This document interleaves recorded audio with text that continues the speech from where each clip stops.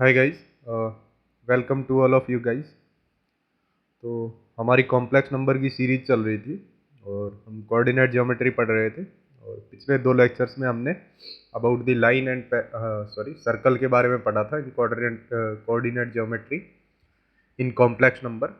आज हम लोग बात करेंगे पैराबोला, इलिप्स एंड हाइपरबोला के बारे में कि कॉम्प्लेक्स नंबर में पैराबोला, इलिप्स एंड हाइपरबोला की जो इक्वेशंस है वो कैसे जनरेट करोगे आप लोग। अगर कोई इक्वेशंस दे रखी है तो उसको आप लोग कैसे पहचानोगे कि ये कौन सी शेप बना रही है, जैसे पैराबोला बना रही है, हाइपरबोला बना रही है या इलिप्स बना रही है ना।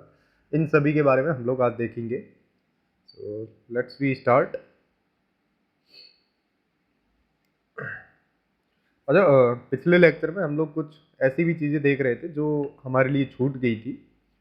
तो इस लेक्चर में एक मैं बात कर लेता हूँ। अगर हमारे पास में ऐसे दो पॉइंट्स दे रखे हो, ये जैसे सपोज Z1 है और दूसरा ये Z2 है, इनसे सेम डिस्टेंस पे, मतलब ये ऐसे लाइन बनेगी ना Z1 और Z2 के बीच में, है ना। अब इनसे सेम डिस्टेंस पे जितने भी पॉइंट्स प्रेजेंट है, जैसे यहाँ पे ये बीच में पॉइंट ले लो, इसकी डिस्टेंस सपोज करो कि ये L है ना। तो ये वाली डिस्टेंस भी L होनी चाहिए, मतलब सेम डिस्टेंस की बात कर रहे हैं ना। फिर दूसरा पॉइंट ये ले लो, अगर ये डिस्टेंस सपोज करो कि x है तो ये वाली भी x होनी चाहिए। ऐसे जितने भी पॉइंट्स जो सेम डिस्टेंस पे है उनको अगर हम लोग लेके ऐसे मिलाए, फिर यहाँ पे पॉइंट आएगा, फिर यहाँ पे, फिर यहाँ पे, फिर इस खुद लाइन पे, है ना। फिर ऐसे नीचे जाओगे तो यहाँ पे, फिर यहाँ पे, फिर यहाँ पे, ऐसे पॉइंट्स आएंगे ना। तो इन सारे पॉइंट्स को अगर हम लोग मिलाएंगे तो हमारे पास में एक लाइन बनेगी। ये जो लाइन है ये बेसिकली इसके परपेंडिकुलर होती है, जो Z1 और Z2 की जो लाइन है उसके परपेंडिकुलर होगी। और दूसरी बात ये कि ये जो है ना, इस Z1 और Z2 लाइंस को बाइसेक्ट करेगी ना। तो ये होती है हमारे पास में परपेंडिकुलर परपेंडिकुलर बाइसेक्टर, है ना। ठीक है, इसको हम लोग परपेंडिकुलर बाइसेक्टर बोलते हैं। और जिसकी इक्वेशन कैसे आ जाएगी, अच्छा ये सारे जितने भी पॉइंट्स हैं इनको मैं अगर सपोज Z नाम दे दूं तो Z और Z1 के बीच की डिस्टेंस ये है ना, ये वाली डिस्टेंस किसकी इक्वल होनी चाहिए, Z और Z2 के बीच वाली डिस्टेंस के, मतलब कि इस वाली डिस्टेंस के इक्वल होनी चाहिए ना, ये वाली डिस्टेंस।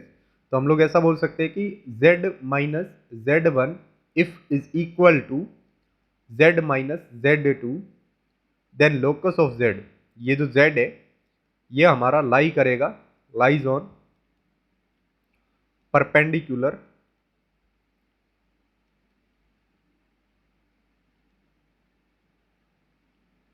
बाइसेक्टर, है ना।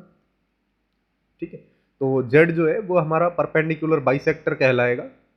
इस लाइन के जो Z1 और Z2 की जो लाइन है उसके जस्ट परपेंडिकुलर होगा, तो इसलिए हम लोग इसको परपेंडिकुलर बाइसेक्टर बोलेंगे। अच्छा, नेक्स्ट हम लोग बात करते हैं अबाउट कोनिक्स। कॉनिक्स में जैसे सर्कल वगैरह भी आ जाता है, पेयर ऑफ स्ट्रेट लाइन वगैरह भी आ जाता है ना। फिर आपका पैराबोला आ जाता है, फिर इलिप्स आ जाता है, फिर हाइपरबोला आ जाता है। आई थिंक कि मतलब मैं ये सोच के चल रहा हूँ कि आप लोगों को पैराबोला, हाइपरबोला एंड इलिप्स के बारे में ज़्यादा पता नहीं है। तो मैं उनकी डेफिनेशन से शुरुआत करूँगा। आप लोग क्या करो कि जैसे एक पॉइंट पकड़ लो, फिर एक लाइन पकड़ लो, है ना। ये जो पॉइंट है इसको हम लोग Z नोट बोल देते हैं और लाइन को हम लोग A bar Z plus A Z bar plus C is equal to 0, ये बोल देते हैं। अब इस पॉइंट और इस लाइन से जितने भी इक्वल डिस्टेंस पे पॉइंट्स है, जैसे हम लोगों ने यहाँ पे बोला था ना कि Z1 और Z2 पॉइंट से जितने भी इक्वल डिस्टेंस पे पॉइंट्स है, दो पॉइंट से इक्वल डिस्टेंस पे पॉइंट अगर है तो जो Z है ना वो हमारा परपेंडिकुलर बाइसेक्टर कहलाएगा। अगर एक पॉइंट लोगे आप और एक लाइन लोगे, उन दोनों से जितने भी सेम डिस्टेंस पे पॉइंट प्रेजेंट है, मतलब इक्वी डिस्टेंस पे, जैसे ये एक पॉइंट लिया, इसकी डिस्टेंस इस लाइन से भी सेम है और इस पॉइंट से भी सेम है ना। फिर एक इधर पॉइंट लिया, इसकी भी डिस्टेंस सेम, इसकी भी डिस्टेंस सेम। तो ऐसे अगर आप लोग पॉइंट्स लेते जाओगे तो हमें जो शेप मिलेगी वो हमारे लिए होगी पैराबोला, है ना। मैंने थोड़ा सा गलत बना दिया। पैराबोला की शेप कुछ ऐसी इस टाइप से होती है, तो ये हमारी शेप पैराबोला कहलाती है। 1 second, I have to erase this.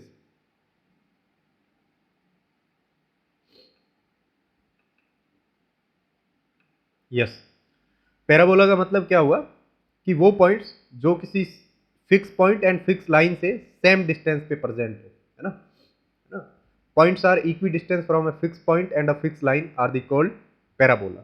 यहाँ पे मैं डेफिनेशन भी लिख लेता हूँ। Points which are equi distance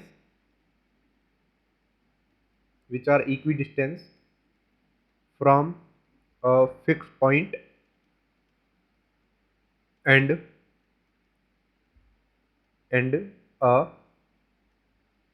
fixed line are called parabola, है ना।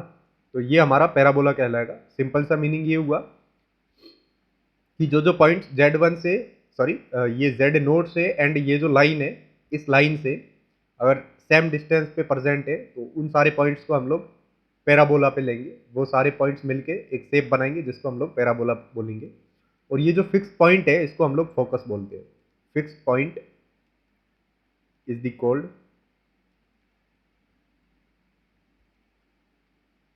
फोकस, ठीक है भाई।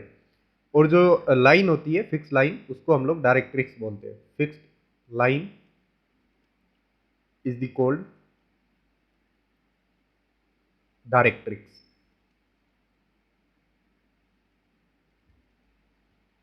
ठीक है। तो ये हम लोगों ने बात कर ली अबाउट दी पैराबोला, ठीक है। और इसमें मैं आपको बता दूं, ज़्यादातर जेई में क्वेश्चंस देखने को नहीं मिलते, कभी कभार थोड़े बहुत देखने को मिल जाते हैं, पर फिर भी थोड़ा नॉलेज होना चाहिए कि पैराबोला कैसे आता है। क्योंकि जेई वाले भाई पागल है, वो कहीं से कुछ भी क्वेश्चन उठा के दे सकते हैं, है ना। उनके साथ हमें बहस वहस नहीं करनी चाहिए कि यहाँ से नहीं आएगा या यहाँ से नहीं आएगा। उनका मन पड़ा तो इसमें से सिंपल से भी दे देंगे, और उनका मन पड़ा तो इसमें से दे देंगे, है ना। तो हम लोगों ने देखा कि अगर दो फिक्स पॉइंट से कोई इक्वी डिस्टेंस पे पॉइंट प्रेजेंट है तो उनको हम लोग बोलते हैं परपेंडिकुलर बाइसेक्टर। जितने भी पॉइंट्स होंगे वो एक लाइन बनाएंगे जिसको हम लोग परपेंडिकुलर बाइसेक्टर बोलेंगे। और अगर एक फिक्स पॉइंट और एक फिक्स लाइन ले लो, उससे जितने भी इक्वी डिस्टेंस पे पॉइंट प्रेजेंट है उन सभी को अगर हम लोग लेके एक शेप बनाए तो वो शेप बनेगी हमारे पास में पैराबोला की। अच्छा, अगर यहाँ पे मैं इस पॉइंट को, ये पैराबोला पे ये ना पॉइंट, तो इसका मतलब है कि ये जो है Z नोड से और ये लाइन है इससे सेम डिस्टेंस पे प्रेजेंट होगा। अच्छा, इसको मैं अगर Z बोलता हूँ तो मुझे पता है कि दो पॉइंट्स के बीच की डिस्टेंस जो होती है वो होती है Z माइनस Z नोड का मोड, ये होती है। अच्छा, अगर मैं बात करूँ, ये एक लाइन है जिसकी इक्वेशन है ये वाली, है ना। तो ये जो Z पॉइंट है इसकी इस लाइन से परपेंडिकुलर डिस्टेंस क्या होगी, कैन यू थिंक। मतलब परपेंडिकुलर डिस्टेंस निकालने का अभी तक मैंने बताया नहीं है, फॉर्मूला होता है जो आप लोग याद भी रख सकते हो। ए बार जेड, मतलब इस पॉइंट को, ये जो पॉइंट है इसको आप लोग इस लाइन में पुट कर लो, ठीक है। तो मैंने पुट कर लिया ए बार जेड प्लस ए जेड बार प्लस सी अपॉन 2 मोड ए।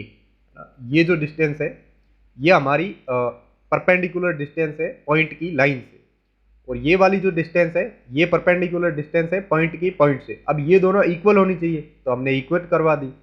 तो ये जो शेप बनेगी वो हमारे लिए कैसी शेप बनेगी, वो हमारे लिए शेप बनेगी एक पैराबोला की, ठीक है। और इसमें ये जो लाइन है ये हमारी डायरेक्ट्रिक्स कहलाएगी, और जो ये पॉइंट है इसको हम लोग फोकस बोलेंगे। अच्छा, नेक्स्ट अगर हम लोग बात करें हाइपरबोला एंड एलिप्स के बारे में, थोड़ी सी बात कर लेते हैं पहले डेफिनेशंस वगैरह की। अगर मैं एलिप्स की बात करूं तो एलिप्स का देखो जरा कैसा सीन रहता है। आप लोग क्या करो, दो फिक्स पॉइंट पकड़ लो, जैसे ये Z1 है और ये Z2 है, और फिर कोई ऐसा एक पॉइंट पकड़ लो जिसकी डिस्टेंस जो है ना इस Z1 से एंड इस Z2 से, डिस्टेंस इसका सम, नॉट डिस्टेंस, डिस्टेंस इसका sum from these two points are constant then this shape of point या फिर लोकस जो भी बोलो, यह आपका इलिप्स कहलाता है ना। इलिप्स का सिंपल सा मतलब ये हो गया, ellipse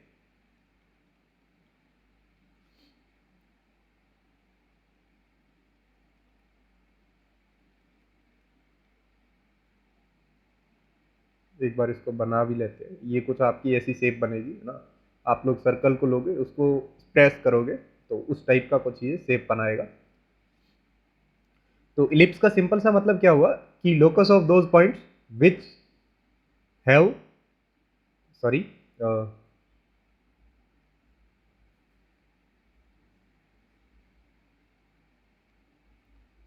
yes, locus of those points which have constant sum from two fixed point है ना। अगर हम लोग दोनों दो फिक्स पॉइंट लिए है ना, जैसे दो किले ले लो, ये है ना, दो किले ली, ठीक है, और यहाँ पे हमने कुछ ऐसे खींच के रबर, मतलब ये रबर लिया, ये रबर एज्यूम कर लो, और यहाँ पे हमने खींच के कुछ एक पत्थर वत्थर लटका दिया। फिर इसको हम लोग इन दोनों पॉइंट्स के चारों ओर ऐसे ऐसे घुमाए ना, जैसे इसको ऐसे घुमाया, तो ये जो शेप बनेगी ना, ये हमारी इलिप्स कहलाएगी, है ना। आप लोग ऐसे भी याद रख सकते हो, ठीक है। और इलिप्स का सिंपल सा मतलब ये होता है कि locus of those points which have equal sorry which have sum of distance from two fix point is constant, है ना। तो हम लोग ऐसा बोल सकते हैं, points which have sum of distances from two fixed point is constant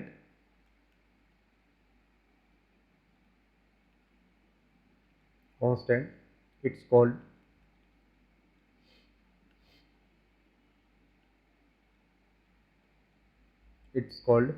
ellipse. ये हो गई इलिप्स की एक जनरल बात है ना, डेफिनेशन वाली बात। अच्छा, अगर ये सम जो है इन पॉइंट्स के बीच का, मतलब ये पॉइंट दो पकड़ लिए और एक यहाँ पे पॉइंट पकड़ लिया, अगर ये सम तो कांस्टेंट रहता है तब हम लोग बोलते हैं कि ये इलिप्स बनाएगा। अगर ये जैसे पॉइंट Z1 है और ये Z2 है ना, और Z1 से डिस्टेंस सपोज ये है और Z2 से डिस्टेंस ये है, अगर इन दोनों के बीच की डिस्टेंसेस का आप लोग डिफरेंस लोगे ना, तो वो अगर कांस्टेंट आ जाए, मतलब डिस्टेंसेस का डिफरेंस अगर कांस्टेंट आ जाए, तो हम लोग ये बोलते हैं कि ये बनाता है एक हाइपरबोला, है ना। ऐसा टाइप का हाइपरबोला की आप लोगों की शेप ऐसी बनती है, ठीक है। ये आपका बनाएगा एक हाइपरबोला। अच्छा, हाइपरबोला की हम लोग डेफिनेशन यहाँ पे लिख सकते हैं। Hyperbola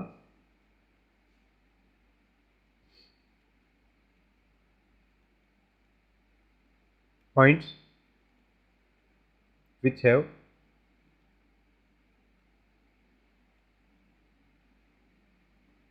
have difference of distance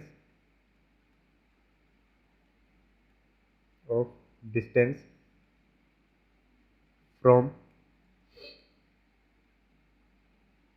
two fixed point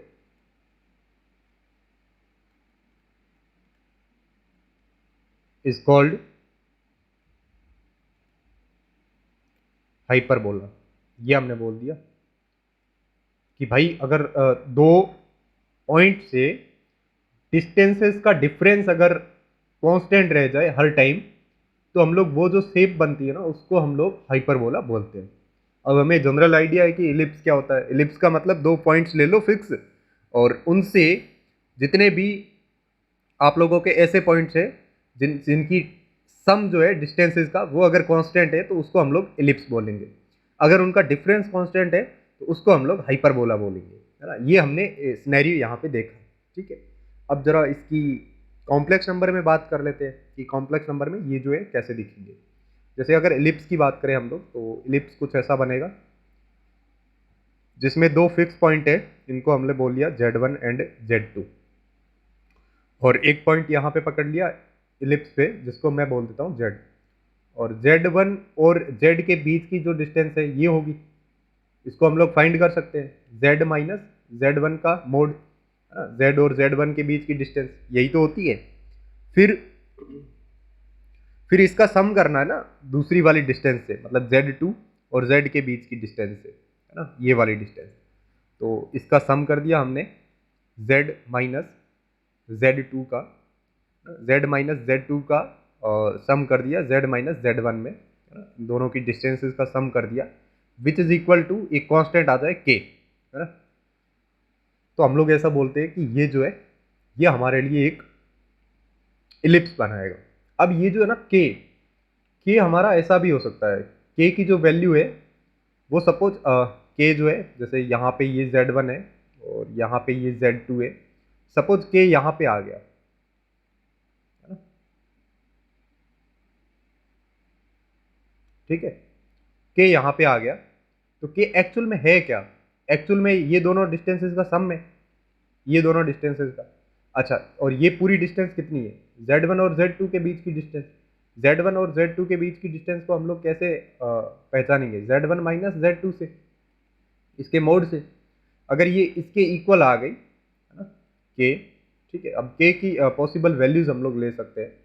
अगर k इन दोनों के इक्वल आ गया, है ना, और दूसरा केस ये रह सकता है कि सपोज k यहाँ पे आ जाए, जैसे मैं यहाँ पे नया केस बना लेता हूँ, ये z1 है और ये z2 है, ये z1 और ये हमारा z2 और ये हमारा है, सॉरी z ना, z नोट था यहाँ, ये पॉइंट जो था ये हमारा z था।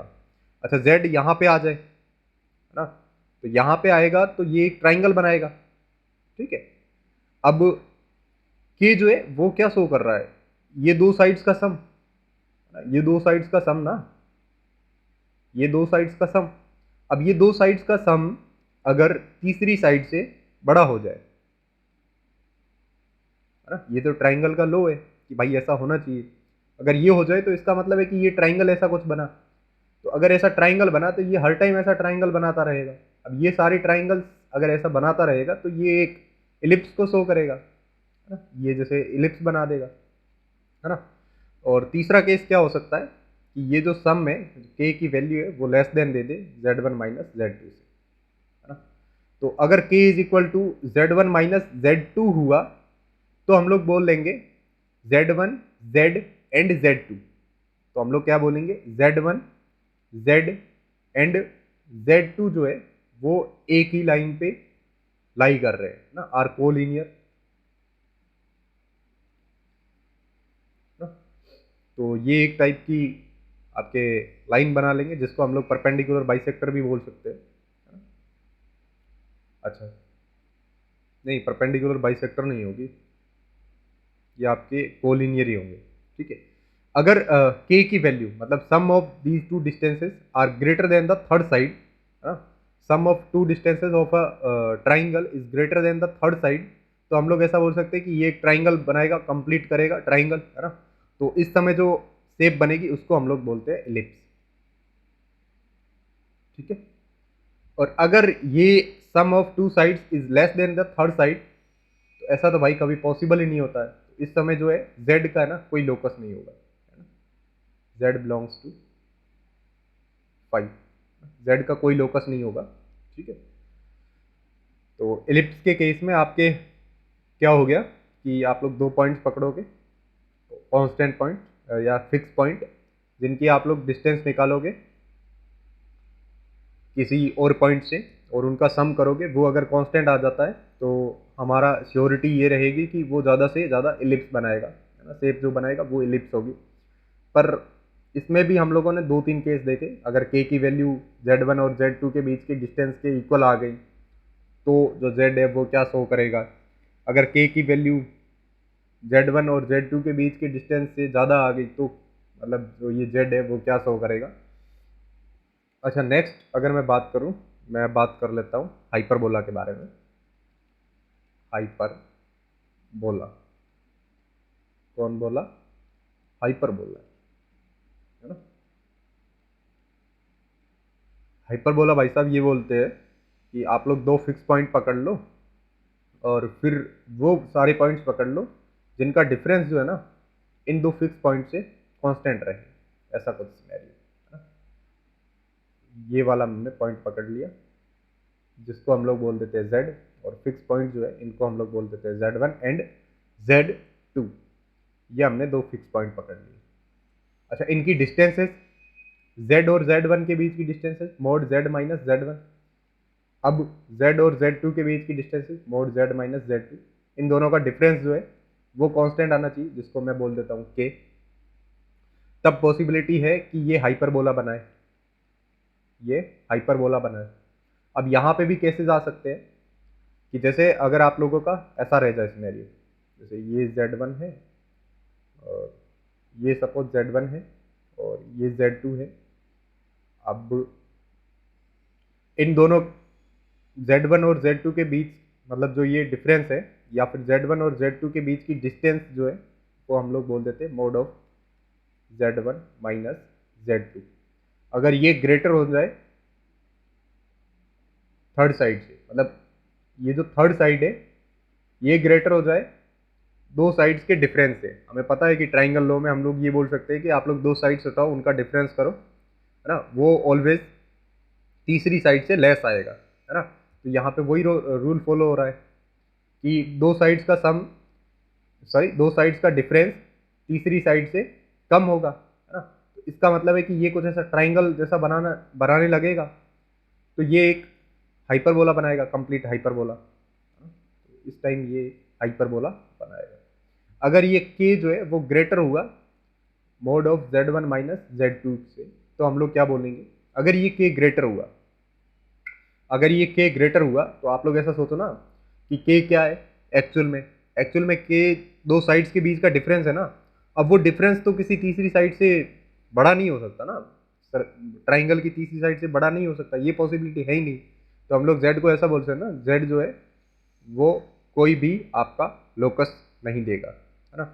अच्छा, अगर k जो है वो z1 माइनस z2 यहाँ पे ऐसा आ जाए डिफरेंस, है ना, डिफरेंस जो है वो इनके इक्वल आ जाए, z1 और z2 के बीच की डिस्टेंस, ये वाली z1 और z2 के बीच की डिस्टेंस, ठीक है।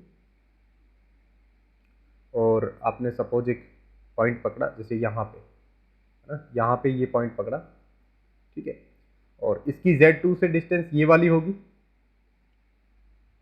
ये पॉइंट हमारा अभी z है, इस केस के लिए z और z2 के बीच की डिस्टेंस ये होगी, है ना।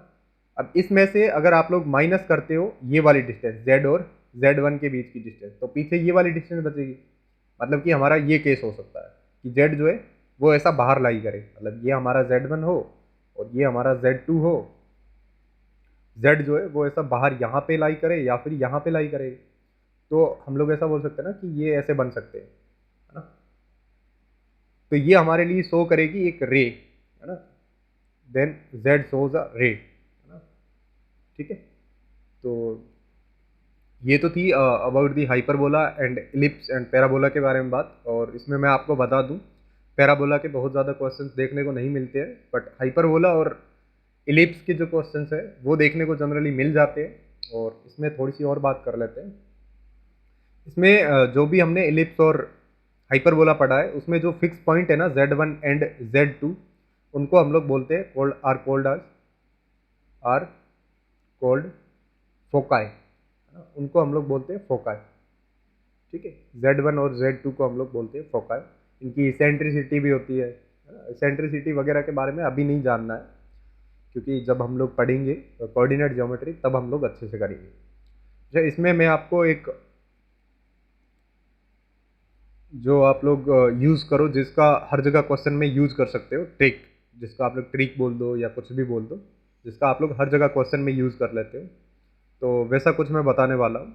अगर आप लोगों को कभी भी लोकस ऑफ z निकालना हो ना, find the locus of z, जैसे अगर हमारे पास में ऐसा हो real of z square is equal to something दे दिया 4, है ना, real part of z square is equal to 4 हो, तो find the locus of z ना, ये ऐसा क्वेश्चन है, अभी मैं इसको सॉल्व करवाऊंगा। तो आप लोग क्या करो, z को ज़्यादातर x प्लस आयोटा वाई, जब आपका माइंड जो है वो काम करना बंद कर दे, उस केस में आप लोग z को x plus iota y put कर सकते हो। जैसे ही आप लोग पुट करोगे, इसके बाद में आपकी कोऑर्डिनेट ज्योमेट्री जो है वो वाला पोर्शन अच्छा होना चाहिए, तब जाके आप लोग ये पहचान लोगे कोऑर्डिनेट ज्योमेट्री में जाके एक्चुअल में ये पहचान लोगे कि ये जो एक्स और वाई जो पॉइंट्स है ये कहाँ पे लाई कर रहे हैं। तो इसके कारण हम लोग ये बोल देते हैं कि जेड जो है वो कहाँ पे लाई करेगा। तो आप लोग क्या करोगे, जेड को x plus iota y put करोगे, फिर जो जो क्वेश्चन बोलता है ना, जो भी क्वेश्चन बोल रहा है, do as question says, as question says. अब क्वेश्चन आपका जैसा जैसा बोल रहा है वैसा वैसा करते जाओ। सबसे पहले z को x plus iota y put कर लो, फिर क्वेश्चन जैसे जैसे बोल रहा है वैसा वैसा करते जाओ, एंड लास्ट में इन दी एंड आपको एक इक्वेशन मिलेगी। You find an equation. अब यहां पे मैं लिख लेता हूं फॉर कोऑर्डिनेट ज्योमेट्री।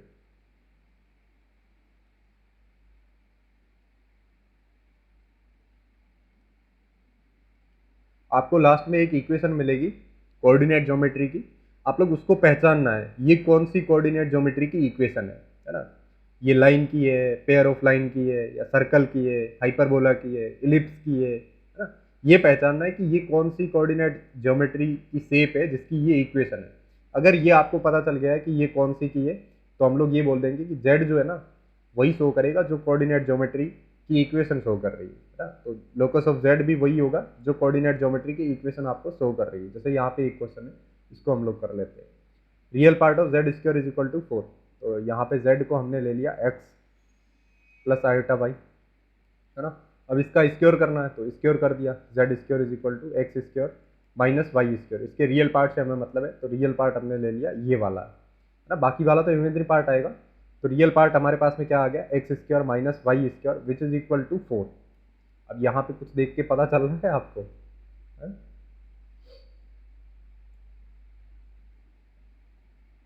यहाँ पे अगर हमने ऐसा लिया x माइनस जीरो का whole square plus y minus zero का whole square is equal to 1, और इसके नीचे अपन ने 4 ऐसे ले लिया, है ना।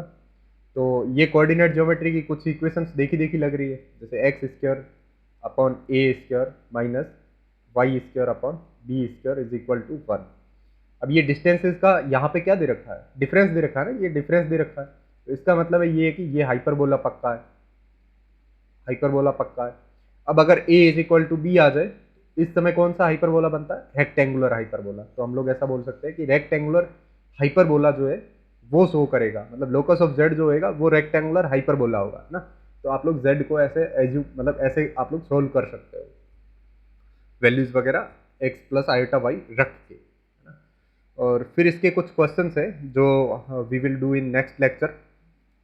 नेक्स्ट लेक्चर में इसके कुछ क्वेश्चन करेंगे, और इसके बाद में हमारे पास में बहुत कुछ बचा हुआ है, जैसे डी मोरियोस थ्योरम, है ना। और उसके बाद में क्यूब रूट ऑफ यूनिटी, फिर उसके बाद में nth root of unity, nth roots of unity. फिर हम लोग एट दी एंड हम लोग मिसलेनियस क्वेश्चंस कर लेंगे इसमें, ठीक है। और सबसे लास्ट में दो एक डीपीपी डाल देंगे, जिनको आप लोग सोल्व करना। तो ये आने वाले लेक्चर्स में रहेगा। अभी सिर्फ कॉम्प्लेक्स नंबर में इतना ही बचा है, De Moivre's theorem, cube root of unity, nth roots of unity, और मिसलेनियस क्वेश्चंस वगैरह और डीपीपी वगैरह डाल देंगे। मिसलेनियस क्वेश्चंस में आपके जेई के क्वेश्चंस भी हो सकते हैं, पीवाईक्यूज में कुछ ऐसे क्वेश्चंस जो अलग टाइप के हो ना, वो करेंगे। और लास्ट में हम लोग डीपीपी के लिए भी एक वीडियो बना देंगे। अभी तक जितने भी होमवर्क वगैरह दिए हैं तो उनका भी एक सेपरेट वीडियो बना लेंगे। और इससे पहले हम लोगों के पास में आएगा प्रॉब्लम सॉल्विंग, मतलब हर एक जो वीडियोस पे अलग अलग प्रॉब्लम सॉल्व होगी। So thank you guys, thank you so much.